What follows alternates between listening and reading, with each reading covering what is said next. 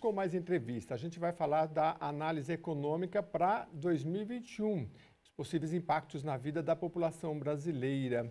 Eu vou conversar agora com o Alessandro Azzoni. Ele é advogado e economista. Seja bem-vindo, Alessandro. Temos uma notícia boa aí de avanço de 1,2% no PIB, né? Mas qual é que é a sua opinião, o ritmo da economia aí? Vamos avançar? Como é que tá? Seja bem-vindo. Eu que agradeço a oportunidade de estar com vocês mais uma vez da TV Alesp. É um sinal muito positivo, porque nós tínhamos as perspectivas em até abril muito negativas. Com esse PIB ainda ele não traz um resultado que poderia ser um pouquinho maior ainda se a gente tivesse tido se a gente tivesse tido os mesmos fatores que nós tivemos no ano passado, por exemplo, o auxílio emergencial nos níveis que a gente teve, ou o Pronamp dando recursos às microempresas, poderia ser que a gente teria alavancado mais. Mas no cenário que nós estávamos com quase lockdown nas cidades, com todos os fechamentos, praticamente nós ficamos quase 45 dias com todas as atividades econômicas fechadas e gradativamente ela foi se recuperando, e com o avanço da vacinação, deu esse resultado positivo. O que muda a nossa perspectiva? Nós tínhamos uma perspectiva de um aumento nesse primeiro trimestre entre 0,5 e 0,7, 1,2 significa um resultado muito positivo, que dá até mais ânimo para os investidores, até para os empresários poderem mudar as suas projeções para o segundo semestre. E agropecuária, né? A gente teve um destaque aí no crescimento da economia, 5,7%, avanço de 1,2% do PIB. Como é que o senhor vê esse setor da agropecuária e se foi um tipo de auxílio emergencial da população que acabou movimentando a economia? Não, nós tivemos um aumento com a vacinação mundial, nós tivemos algumas nações que pelo tamanho da sua população e tudo, conseguiram finalizar o processo de vacinação.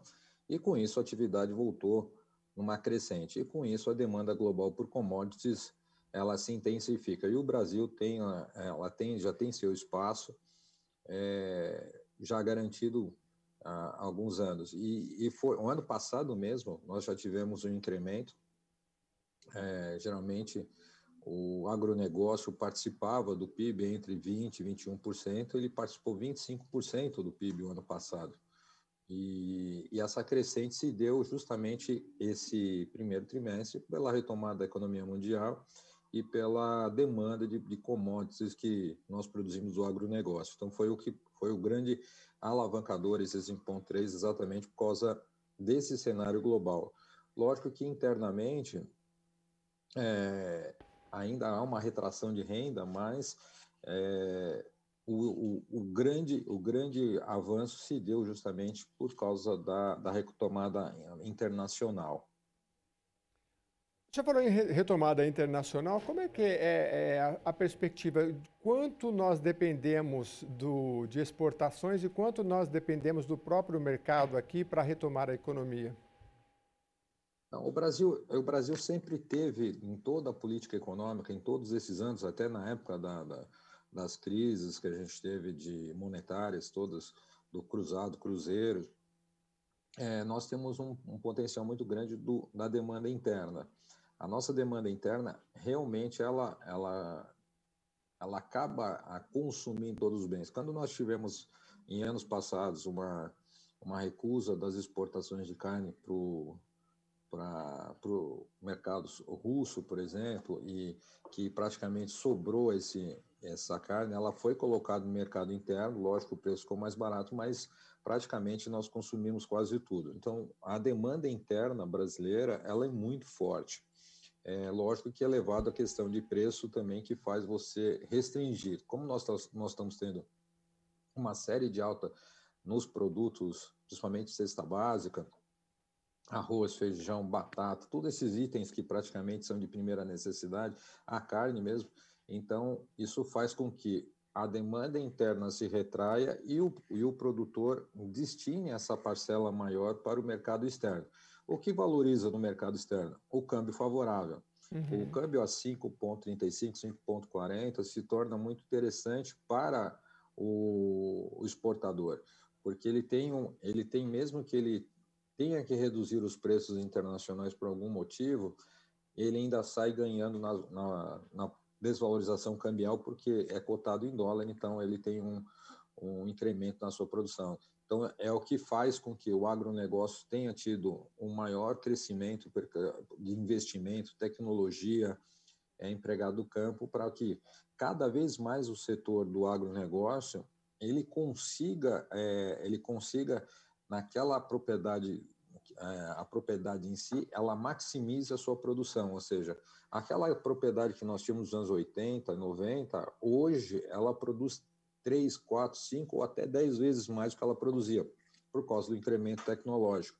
E se deu justamente por causa dessa demanda internacional que entra no mercado através de dólares e que fomenta esse mercado do agronegócio.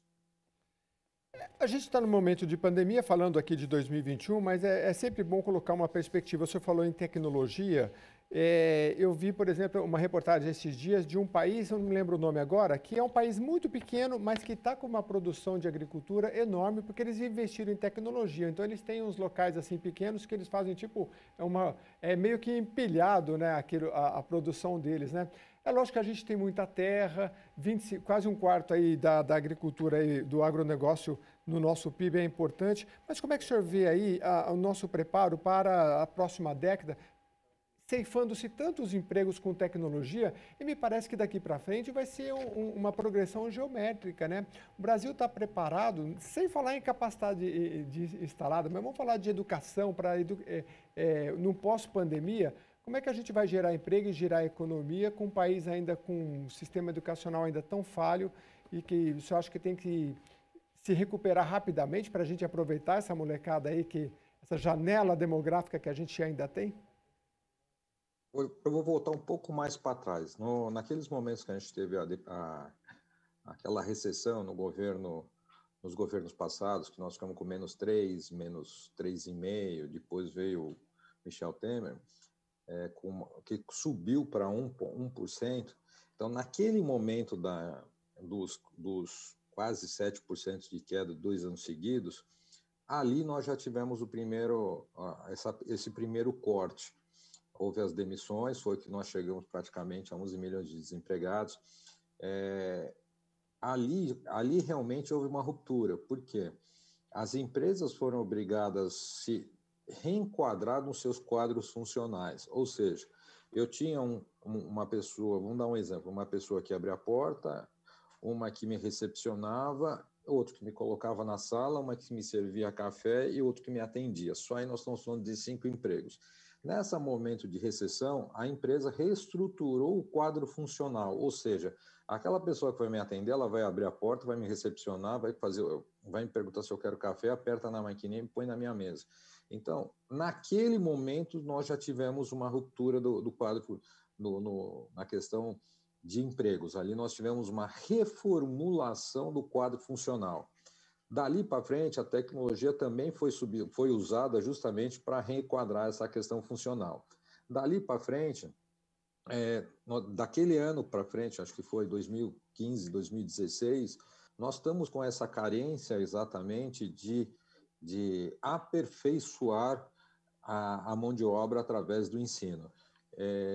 Com a pandemia, agravou mais ainda, porque processos tecnológicos foram obrigados a serem implantados. O que antigamente a grande empresa empregava, a pequena e a média foram obrigadas também a fazer. A questão do home office, estabelecer sistema de conexão, as universidades foram obrigadas a estabelecer a aula remota, onde o professor dá aula presencial, mas via remota, aí acesso ao computador, acesso à rede. Então, toda essa modificação tecnológica, ela se antecipou 15 anos em 4, 5 meses, que foi aquele início de março do ano passado. Realmente existe um default aqui, que é justamente essa mão de obra, que hoje nós estamos falando de quase 14 milhões de desempregados, mais os 35 milhões que estão com subemprego, ou seja, abaixo das 44 horas de jornadas, estão aquelas nas 20 ou 22 horas de jornadas semanais e que estão tentando se enquadrar. Realmente, essa situação, eu concordo que a educação ela tem que ser fomentada, não só pelas grandes federações, como a própria Fiesp tem, a Fiesp, a FEComércio também tem o seu sistema S, que faz essa qualificação. Eu acho que o governo vai ter que intensificar cada vez mais não só o ensino superior, mas o ensino técnico, que hoje praticamente ele deixou de existir.